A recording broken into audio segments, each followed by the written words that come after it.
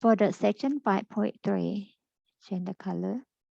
It is about differentiation of logarithmic functions.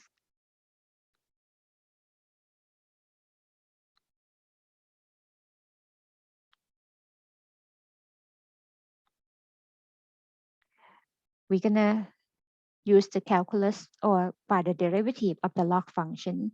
And based on the three properties, the one that I went over a little bit earlier as number one, the log of the product is the sum of the two logs.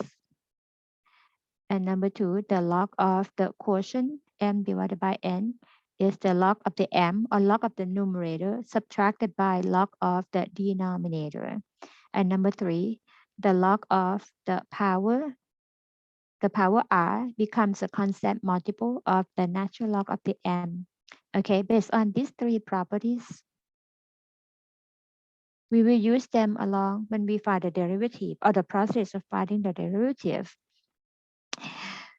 The first one, the first formula there for the derivative of y equals natural log of the x. So then the derivative or the y prime is 1 over x. Okay, now you have the new formula. The formula for the function y equals log x.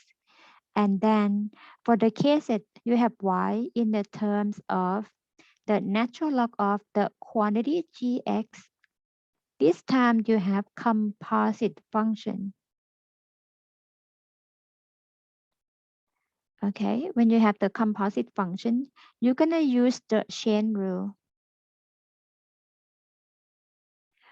If you recall the chain rule, you have layer 1, layer 2. Okay, it's nothing to do with the general power rule. General power rule just for the power form of the composite function, but this is the log of the entire function. You're gonna use the format of the chain rule that you find the derivative of the first layer. So y prime is the derivative of the derivative of the u, which is the natural log of the u, multiplied by the derivative of the u with respect to x. As you see the first layer, for y equals natural log of the gx, we can treat them as natural log of the quantity u, where u is the function gx. So you see the natural log as layer number 1 and gx as the layer number 2. Then we find the derivative by looking at the derivative of the first layer multiplied by the derivative of the second layer.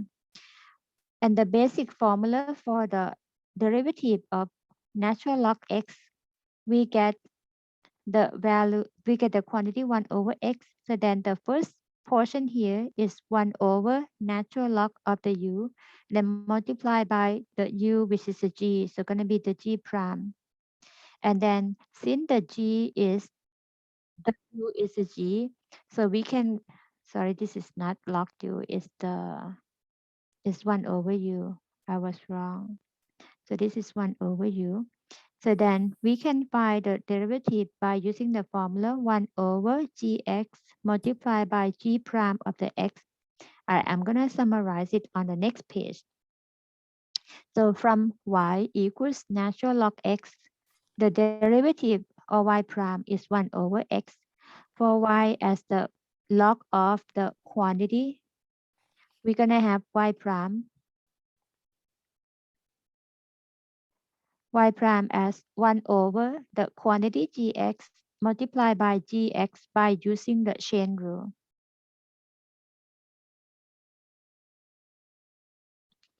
Okay, and you can regroup them as the g prime on the top and the g on the bottom, either form, but basically follow the chain rule.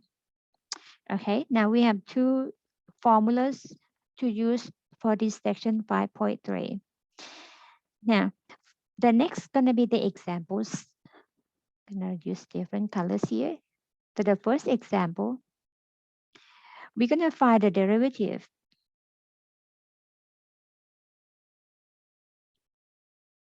of the functions, or we're gonna find y prime For part A, for part A, the function y is x to the third plus natural log x to find y prime.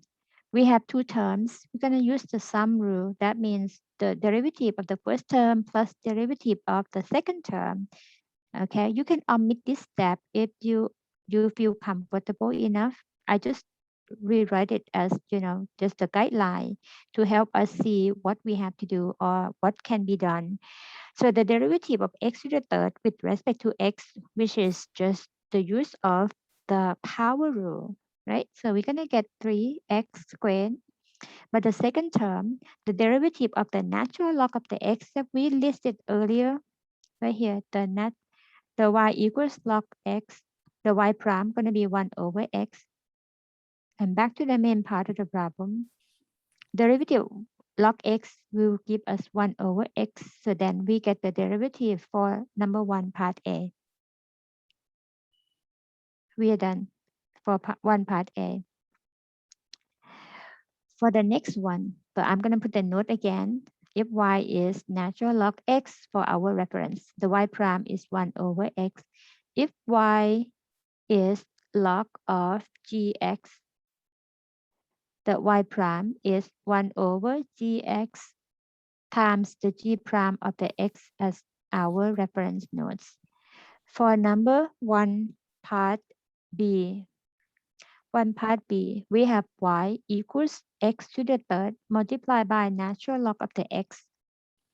When I read the expression, I read it as x to the third multiplied by log x. That is the indication that I'm dealing with the product. When I have the product, the rule that I'm going to use as a main rule is the product rule. Okay, for the product rule, if you recall, we have f times g. For the derivative, you're going to find the f times g prime plus the f prime times g. For our case, what is the f, what is the g? The first term, we let it be f. The second term, we let it be g.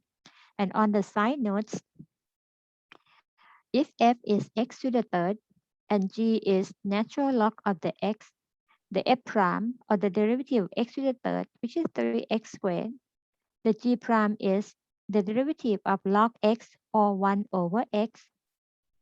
We get the information that we're going to need to use for the y prime. So then the y prime, using the product rule, which is f times g prime plus f prime times g. I recommend you to write a formula down first before you replace with the expression if you are not comfortable enough. But if you already comfortable with the formula for the product rule, you can go ahead and plug the value in or plug the expression in.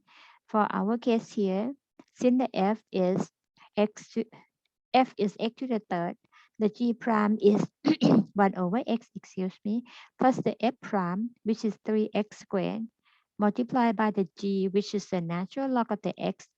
You apply the formula, you are done that step. But the next step, recall anything you can simplify, you have to do it completely or you do it until you cannot simplify anymore. For this problem, you can see x and x to the third can be reduced or can be simplified to be x squared. But the second term, nothing you can do. You just have to leave it as a product of 3x squared and log x. Now we get the y prime or the derivative of the function in number 1b.